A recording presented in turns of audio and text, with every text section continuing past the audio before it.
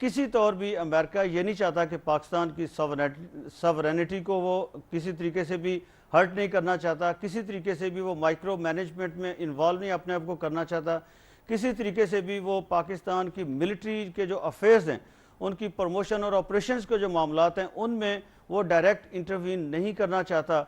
और इसका मकसद ये है कि वो लॉन्ग टर्म एक रिलेशनशिप चाहते हैं पाकिस्तानी अवाम के साथ, और एक इसका मकसद ये है कि एक अकाउंटेबिलिटी प्रोसेस के ज़रिए वो ये चाहते हैं कि जो वो इमदाद दे रहे हैं उसके बेनिफिट्स पाकिस्तान के आम आदमी तक पहुँचें। ये एक ओवरऑल कंटेक्स्ट है जिसमें हम यहाँ पे बैठे हैं।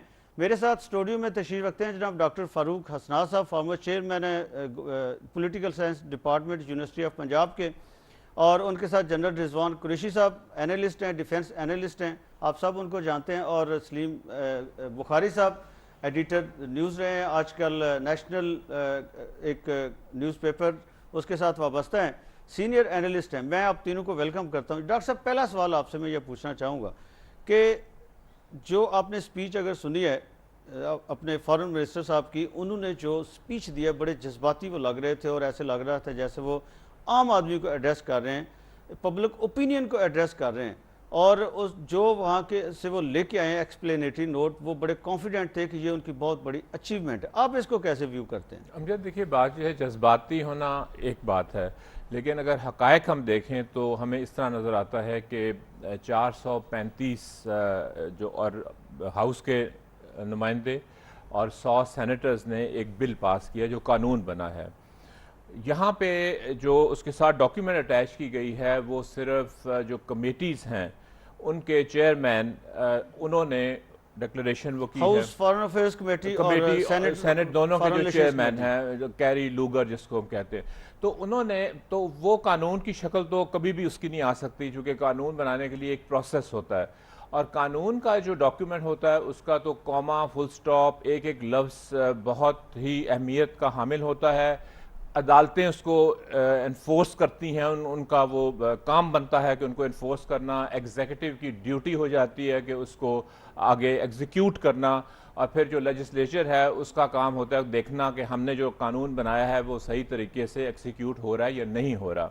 ये चीज़ें उस डॉक्यूमेंट में कतन नहीं हो सकती, उसमें एक्सप्लेन किया गया। मेरा ख्याल है कि वो एक दिस वाज द मैक्सिमम, हाँ, मतलब है कि वो जो वो अचीव कर सकते थे हमारे फॉरेन मिनिस्टर। हाँ, उससे इसलिए कि वो उस कानून में तो आप तब्दीली नहीं कर सकते ना, वो तो कांग्रेस ने बनाया है, उसके लिए फिर एक और बिल चाहिए, अगर तरमीम चाहिए, वो एक लंबा प्रोसेस है, इसमें 2 साल और लगते, उसके लिए अमेरिका तैयार नहीं था। बहरहाल उन्होंने कहा कि इस कानून में तब्दीली नहीं होगी, अगर आपको कुछ शकूक हैं तो हम उसके पाकिस्तानी गवर्नमेंट भी तैयार हो, हमारे लोग भी वो तैयार तो, और मैं जो ये बात कहूँगा कि जो बातें इन्होंने अब की हैं ये उस स्टेज पे करनी चाहिए थी जब कानून साजी का अमल जारी था, क्योंकि उस वक्त तो हेयरिंग्स कमेटीज़ की हो रही थी, वो पाकिस्तान की हुकूमत भी उसमें अपनी नुमाइंदगी कर रही थी, मुख्तलिफ लोग जाके पेश होकर अपनी राय उनको बता रहे थे, तो उस वक्त करना चाहिए था। अब तो वो कानून बन गया, अब तो उसमें तब्दीली नहीं हो सकती। जनरल साहब, इसमें जो डॉक्टर साहब फरमा रहे हैं कि ये मैक्सिमम है जो हमारे फॉरेन मिनिस्टर अचीव कर सकते थे, लेकिन साथ ही डॉक्टर साहब ने यह भी फरमाया कि जब लेजिस्लेशन हो रही थी, प्रोसेस जारी था, उस वक्त ये सारी चीज़ें टेकअप करनी चाहिए। दैट मीन्स कि वो कानून जो है वो इज स्टिल देयर, जिस पे कंसर्न्स हैं लोगों के। तो आप क्या समझते हैं कि जो सिनेरियो जो डेवलप हो रहा है उसमें क्या सिचुएशन होगी उस बिल की मौजूदगी में? और इस बात यह है कि अगर हम प्रॉपर इंस्टीट्यूशनल प्रोसीजर फॉलो करते तो जो ज़्यादा ऑब्जेक्शन जो फ़ौज की तरफ से आई हैं वो defence committee of the cabinet में शायद डिस्कस हो जाती। प्रॉब्लम ये पड़ी कि फ़ौज कहती रही उनको कि ये प्रॉब्लम्स हैं हमारी, बट फौज कहती रही, जी बिल्कुल कहती रही। परहैप्स प्रॉब्लम ये थी कि प्राइम मिनिस्टर साहब को भी पता नहीं था कि एक्चुअली क्या हो रहा है, बिकॉज ये प्रेसिडेंसी के थ्रू फॉरेन मिनिस्टर भी मुझे डाउट है पूरा उनको पता था या नहीं पता था। ये एम्बेसडर साहब थे और प्रेसिडेंसी थी। नहीं, आपके पास कैटेगोरिकल इंफॉर्मेशन है जनरल साहब, या आप नहीं? देखिए जी, मैं तो अपनी राय आपको दूंगा ना, अपनी राय आपको दूंगा, मेरे पास इंफॉर्मेशन तो नहीं हो सकती, ना ही मैं डिस्कस करता हूँ ऐसी चीज़, बिकॉज मैं आपके सामने आके फिर एक्चुअल तो नहीं बता सकता। So I don't discuss these things anywhere. So the point is ये हमने 35 साल फौज में गुजारे तो पता मालूम तो है ना सिस्टम क्या चलेगा। इनपुट अफवाज पाकिस्तान का जाता रहा, लेकिन वो उधर उस पर असर कोई अमल दरामद नहीं हुआ। आगे पेश नहीं किया। लेकिन कैरी मैं एक मिनट, जॉन आप मुझे जॉन एक कैरी मिनट, एक मिनट, सेनेटर एक मिनट। एक मैं इसी में ऐड करना चाहूँगा। सेनेटर जॉन कैरी जब आए यहाँ पाकिस्तान में और उन्होंने सारे हमारे जो स्टेक होल्डर्स हैं उनसे मीटिंग्स की और ये कहा जाता है कि ये ड्राफ्ट उस वक्त सब लोगों को उन्हें दिखाया, उसके बाद जाके पास हुआ। देखिए जी, ये ड्राफ्ट उन्होंने नहीं दिखाया। अगर ये ड्राफ्ट दिखाया होता तो उसी वक्त शोर पड़ जाता। ये बाद में इस पे कुछ ऐसी शकें डाली गई हैं जो कि which took the armed forces by surprise. एक चीज़ नोट कीजिए, इस वक्त जो पाक अमेरिकन रिलेशनशिप जा रहा है, इसके अंदर अगले 2, 4, 5 साल में सबसे बड़ा इंस्ट्रूमेंट पाकिस्तान के पास अफवाज पाकिस्तान है, क्योंकि बाकी वो तो हमेशा से इस वक्त तो है ना जी। अगर आपने जंग लड़नी है, रिलेशंस में पाकिस्तान जो मिलिट्री है वो हमेशा सबसे अगर बड़ा आपने इंस्ट्रूमेंट जंग है। लड़नी है तो अफवाज पाकिस्तान ने लड़नी है अमेरिका के साथ मिलके। उनकी अगर रिजर्वेशंस हैं तो वो किसी स्टेज पे किसी इंस्टीट्यूशन के थ्रू रजिस्टर होनी चाहिए थी और आगे पास ऑन लॉबिस्ट को होनी चाहिए थी कि जी इन चीज़ों के ऊपर आप एक्शन लीजिए। वो मेरे पर्सनल राय में ऐसे नहीं हुआ।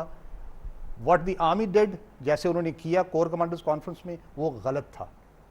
लेकिन शायद they wanted to clarify their position also कि जी हमने कोशिश की थी लेकिन ये नहीं हुआ।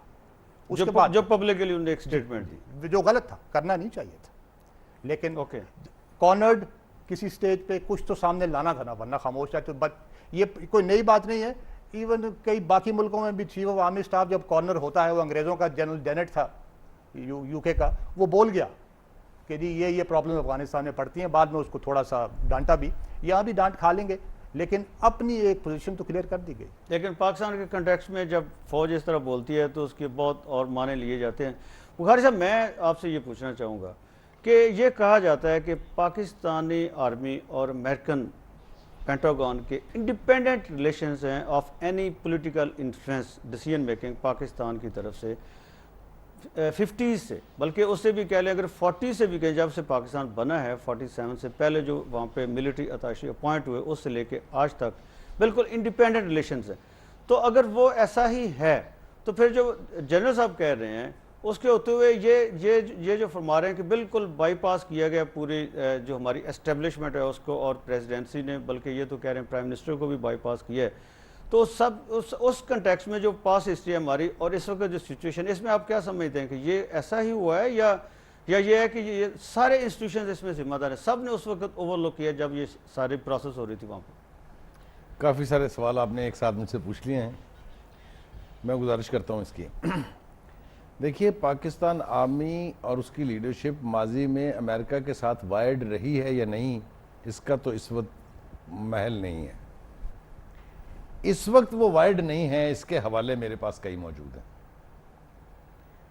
अमेरिकन ने कहा जी हमारे ट्रेनर्स आएंगे आपकी आर्मी को ट्रेनिंग देने के लिए कि जंग कैसे लड़नी है उधर। सिंस हमें बताया जाता है कि ये जो जर्नैल है जिसका नाम परवेज इशफाकियानी है, पढ़ा लिखा सूझबूझ रखने वाला जर्नैल है, उसने ये विजन था उसका कि उसने कहा ये तो ठीक नहीं है, लिहाजा बबांगे दोहल खुले लफ्जों में अमेरिकन से कहा गया no thank you very much. नहीं, लेकिन बुखारी साहब हमारे कितने जनरल हैं जो जब जनरल बनने से पहले अमेरिका से ट्रेनिंग लेके आते हैं, वहाँ भी मिलिट्री ट्रेनिंग। पहले मुझे मुकम्मल तो कर लेने देना सर।